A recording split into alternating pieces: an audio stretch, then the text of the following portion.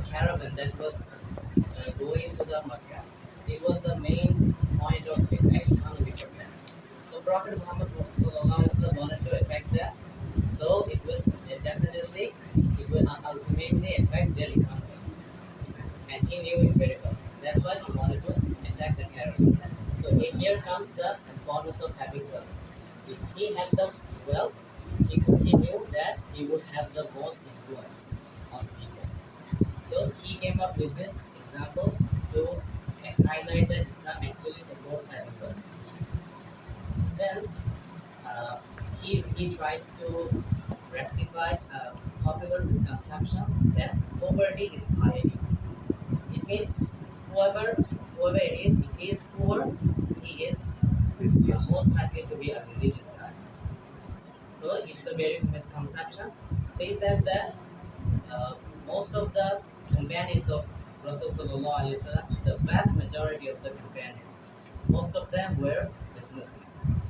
And among them is Abu Bakr, Umar, Uthman, Ali, Abdul Rahman. He is also called Tajir Rahman. He is a businessman of the God. So all of them were businessmen and they were wealthy as well.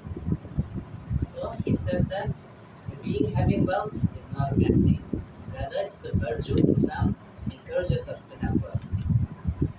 And secondly, he comes up with two perspectives that having wealth is important. First of all, having wealth is an influence on others. If we have wealth, we can have influence on others because it's the goal of the world. Whoever has the butt, he calls the shot. The way people say. So who has wealth, he can have his dominance over others. Is the first thing. Secondly, who has wealth, he doesn't have to be independent on others. Because if we are independent, we can fund our scholars, we can build our own hospitals, we can build our own schools, we can do everything as we want. We don't have to be independent on the technology of others.